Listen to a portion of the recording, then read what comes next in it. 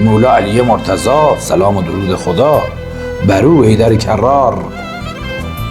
علی مرتضی، علی ولی اعظم است، علی شه دو عالم است. شوخی نیست که. عاقلان دانند علی مرتضی کیست. علی مرتضی امام اول، شیعیان، مؤمنین، مسلمین، مخلصین در کل عالم باید باشه. قربونش برم. علی مرتضی اسمشو که من میارم ابلیس لعین در میره، فرار میکنه. هر کی میخواد در دو عالم سعادت نصیبش بشه بیشک باید مطیع و مرید و پیرو علی مرتضی باشه.